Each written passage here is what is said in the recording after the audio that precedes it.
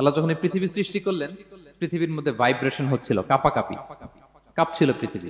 আল্লাহ পৃথিবীর কাঁপাকাঁপি বন্ধ করার জন্য এই পেরেকের মতো পাহাড়গুলোকে পৃথিবীতে ঠুকে দিলেন, কাঁপাকাঁপি বন্ধ হয়ে গেল। এই দৃশ্য দেখে ফেরেশতারা বলে, ইয়া রাব হাল মিন খালকিকা আশাদ্দু আলাল জিবাল। আল্লাহ, পাহাড়ের এত শক্তি, পৃথিবী কাঁপতেছিল, পাহাড় আপনি ঠুকে দিলেন, পৃথিবীর কাঁপাকাঁপি বন্ধ হয়ে গেল।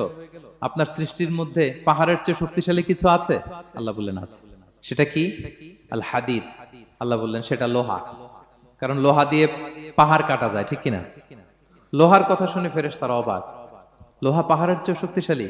ফেরেশতারা প্রশ্ন করলো, ইয়া রাব্বি হাল মিন খালকিকা আশাদ্দু মিনাল হাদিদ। তাহলে আপনার সৃষ্টির মধ্যে লোহার চেয়ে শক্তিশালী কিছু আছে?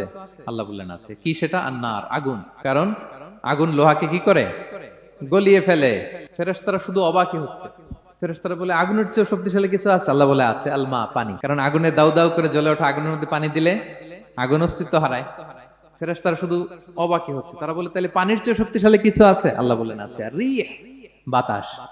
কারণ বাতাস পানিকে একদিক থেকে আরেক দিকে নিয়ে যায়। জলের মধ্যে বায়ুর উচ্ছ্বাস লাগলে জলোচ্ছ্বাস তৈরি হয়, ঠিক কি না? ফেরেশতারা আবার অবাক হয়ে বলে, তাহলে বাতাসের চেয়ে শক্তিশালী কিছু আছে? আল্লাহ বললেন আছে। সেটা কি? বলতেছে বনি আদম। ওই মানুষ শক্তিশালী যে গোপনে দান করে, এত গোপনে যে ডান হাত কি দান করলো, বাঁ হাত সেটা টের পায় না। পড়েন সুবহানাল্লাহ।